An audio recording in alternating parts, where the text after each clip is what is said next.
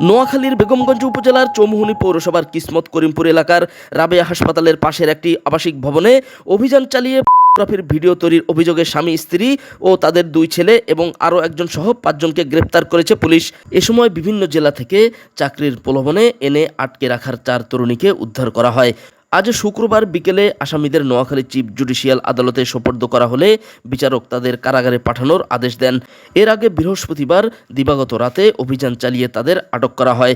অভিযুক্তদের বাড়ি কুমিল্লার হোমনা উপজেলায় হলেও দীর্ঘদিন ধরে তারা নোয়াখালীর এই এলাকায় বাসা ভাড়া করে থাকতেন। পুলিশ জানায়, উদ্ধার হওয়া তরুণীদের একজন গোপনে জাতীয় জরুরি সেবা 999-এ ফোন করে সাহায্য চান। সেই তথ্যের ভিত্তিতে অভিযান চালিয়ে অভিযুক্তদের গ্রেফতার করা হয়।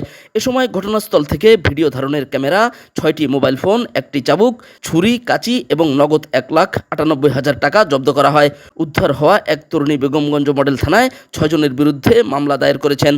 অভিযোগে আরও বলা হয়, এসব ভিডিও অনলাইনের একটি অ্যাপের মাধ্যমে সম্প্রচার করে অর্থ উপার্জন করা হতো। বেগমগঞ্জ মডেল পরিদর্শক তদন্ত মোহাম্মদ হাবিবুর রহমান বলেন, গ্রেপ্তারদের আদালতের মাধ্যমে জেল হাজতে পাঠানো হয়েছে। উদ্ধারকৃত তরুণীদের আইনগত প্রক্রিয়া শেষে পরিবারের কাছে হস্তান্তর করা হবে। মোহাম্মদ শাহ আলম, প্রতিদিনের নোয়াখালী নিউজ ডেস্ক।